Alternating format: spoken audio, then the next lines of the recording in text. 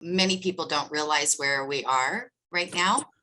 And because a lot of the agents, just like the last cycle, came in when it was really hot, right? I'm in Charleston, South Carolina, and our agent count grew double over that kind of 2003, 2004, 2005, 2006 range. I didn't even know what a short sale was. I hadn't been through a market correction. I was in my 30s then. First of all, you're not going to fake it. They're going to know if you're full of it. They're going to know if you really don't care, right? So the first thing is to really dig deep into yourself right now and to really start preparing yourself for the stories that you're going to hear, for how you can find that need and fill it. And just like Rob said, right now it's early, right? And we don't know when we won't know when our September 9th hits, right? I mean, or 8th or whatever it was in 2008. Like we all remember September because that was like, we saw it in 2007, right? Like some of us that were in it, you could start seeing the rumblings, but we're like, it's not, it's a cycle, right? Like it was Armageddon to some people. And so if you can be first, so that's what I was first. The short sale started coming then, as Rob said, everybody's a short sale expert, right? And it's horrible when they don't know what they're doing. I mean, the market was so hard then, wasn't it, Rob? Like it was, and again, I think I'm trying to prepare you emotionally. It was just like this. It was really hot and then it wasn't. And then it wasn't. Yeah. That's it. It was hot and then it wasn't. You know what? I stay in my lane. I do what I do, right? Like I'm not the girl who wears 50 hats. I'm the girl who delegates and knows that I'm $1,000 an hour person and you pay the person that's a $25 an hour person and the person that's a $60,000 a year person. And Rob Jacobs was honestly, let's just be honest. Rob was the reason for my success. Yeah. Rob guided me. Rob got my short sales done.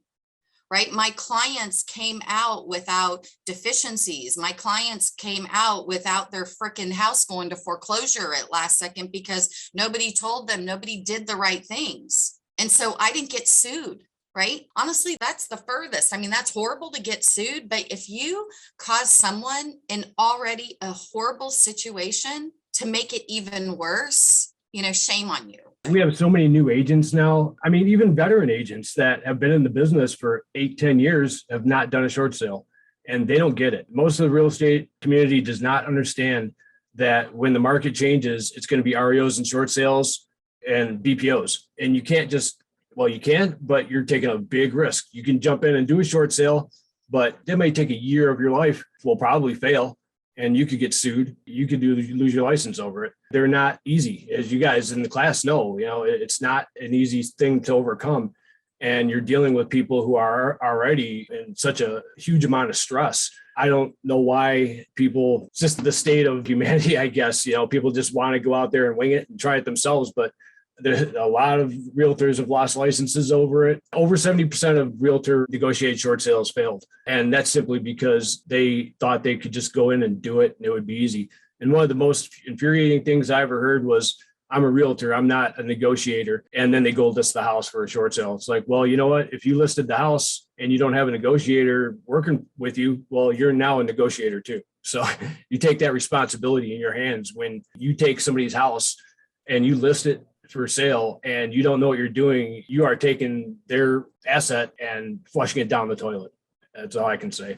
And probably 1 million homes over the past 20 years have been lost like that. It's not necessary. Like, I don't know how we have as many agents as we still do, because there's not even the amount of transactions that we had, right? So like, I can't even wrap my mind around what this is going to look like, but everyone's like, oh, it's not going to be as bad as 08. I'm like, oh, the heck not. It's going to be way worse. We didn't have $8 a gallon gas. We didn't have $40 a pound bacon, right? We didn't have all of these other things, and it was horrific. I think it's people wishful hoping, right? Like they're hoping that it's not going to be as bad as their internal spirit is telling them.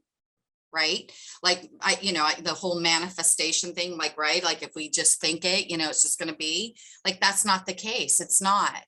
And so that's the bad news. But the good news is that you are learning from the absolute best. Rob and I never lost a deal. We never had that surprise. We didn't have deficiencies, right? Like, and maybe some of this language is new to you. Maybe you've been, maybe it isn't, but these are all important things. And when there's 50,000 agents for one listing, they're going to claw and scratch. They will do whatever to keep feeding their family at the expense. I'm going through continuing ed right now, so I'm in ethics, and I'm, and you know how they do the ethics things. I'm like, holy cow, like people do that. Now, look, think about that. Who knows what type of market that was in, right? But in pressured markets, they are not going to put their client's best interest. It's self-preservation at that point. Right? So get yourselves in position. Start getting yourself physically and mentally ready, because this is the other good news, is that in markets like this is when market share shifts. This is when the cream will rise even more to the top. See, I was already a successful agent. I was already closing, I think I was closing about 90 deals a year. So I was reasonably successful. And I had just moved to Charleston and I was a brand new agent. And so I was so thankful that I shifted without knowing I shifted, because I'd never been through a shift as a new agent, right? But I was a hard worker, and I'm fortunate. Like, Rob, how did we even meet? Did we meet through Bobby? Bobby, yeah. So Bobby was the guy who ran our investor. So I would definitely start plugging into your investment circles if you aren't already there, because that is absolutely a place where they will, because they don't care, right? I mean, when it's at the end of the day, they're like, it's an investment. It didn't pay off. I'm not going to blow up my, my retirement to pay for an investment property. I'll take the short sale. I'll take the hit to my credit.